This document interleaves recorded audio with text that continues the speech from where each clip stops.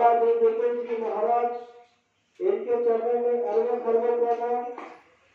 सृष्टि रचयिता ईश्वर भगवान उनके दृश्य अदृश्य शक्तियों को भी कोटि कोटि प्रणाम। यहाँ पर उपस्थित विभिन्न संगतों से आए हुए सभी सत्संगी माता पिता भाई बहन सबको मेरा प्यार भरा जय गुरुदेव। आज का दिन बड़ा पावन बड़ा शुभ है। क्यों?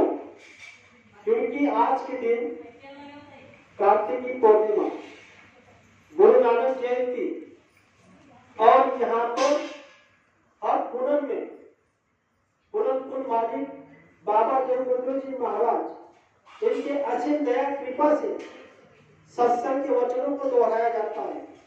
यहाँ पर दूर दराज से आए हुए जो भी सत्संगी माता पिता भाई बहन है, सब लोग यहाँ गुरु का दर्शन करते हैं, गुरु के चरण कमल का दर्शन करते हैं और उन महात्माओं के वचन यहाँ पर सुनते हैं। यहाँ पर जो भी प्रेमी आया हुआ है, यहाँ से कोई भी प्रेमी खाली हाथ नहीं जाएगा। ऐसा दिन, आज का पावन दिन इस धरती पर हम आपको मिला हुआ है।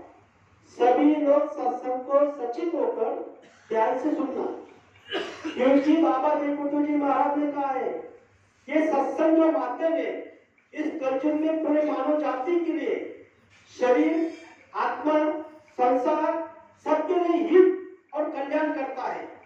ये सत्संग वचन को अगर हम आप लोग एक एक वचन अगर हमारे अंदर में दोहराएंगे, उस पर चलेंगे, तो गुरु महाराज ने क्या कहा?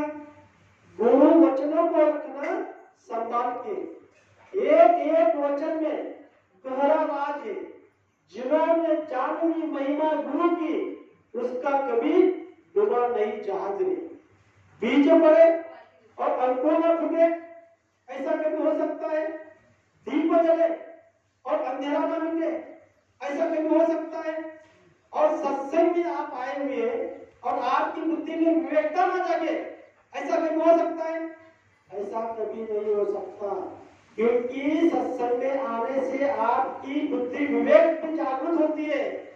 सही क्या है, गलत क्या है, धर्म क्या है, अधर्म क्या है, क्या खाना चाहिए, क्या नहीं खाना चाहिए, कहाँ बैठना चाहिए, कहाँ रुकना चाहिए, क्या बोलना चाहिए, क्या नहीं बोलना चाहिए, ये सब वचन संत महात्मा इस धरती पर हमको समझाते हैं। और इसी का माध्यम गुरु महाराज ने सत्संग को रखा है।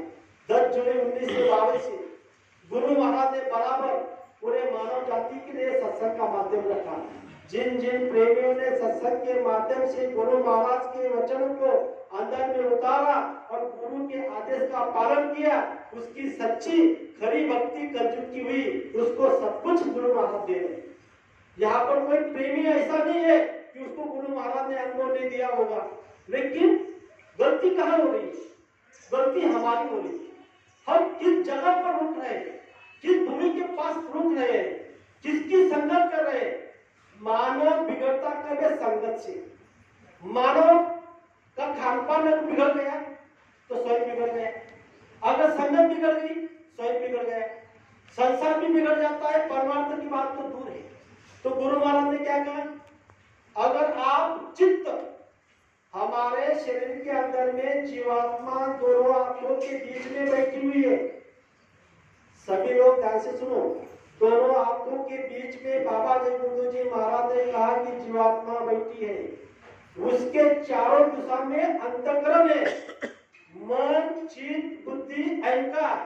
मन क्या करता है? संकल्प विकल्प करता है।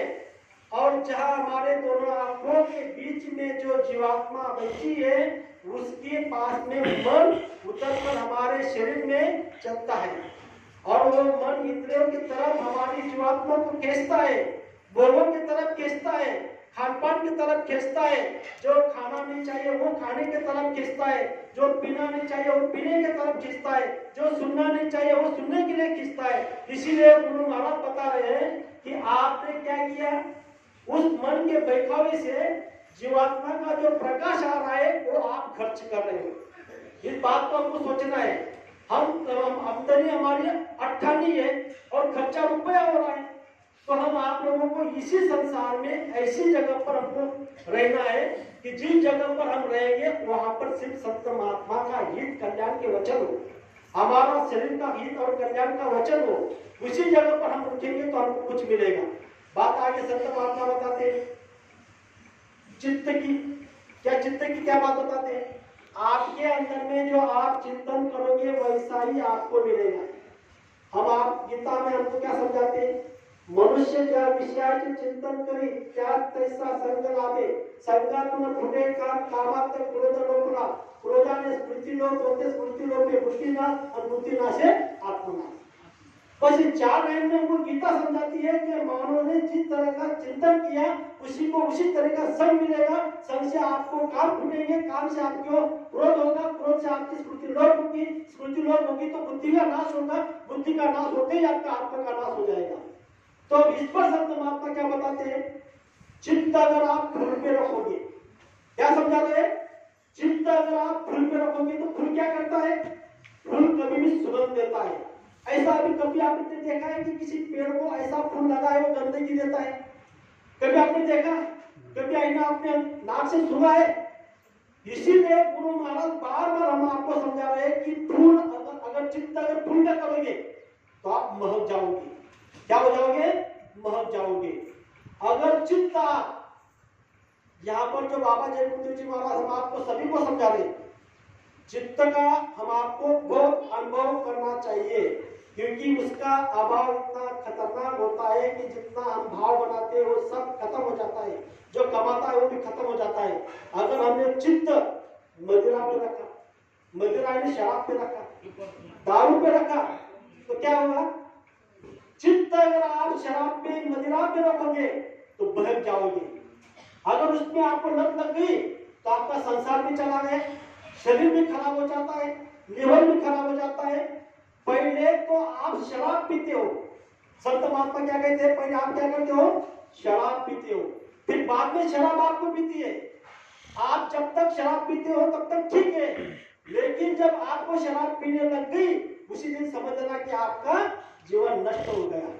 सादी बात होती है तंबाकू। तंबाकू में क्या होता है मालूम है? निकोटीन।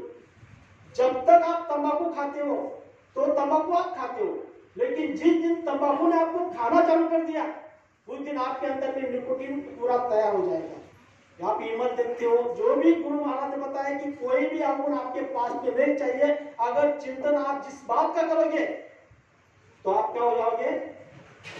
बह जाओगे। आपका शरीर खत्म हो जाएगा, नष्ट हो जाएगा, डॉक्टर के पास जाओगे, आप धन देके आपका शरीर को खराब कर रहे हो।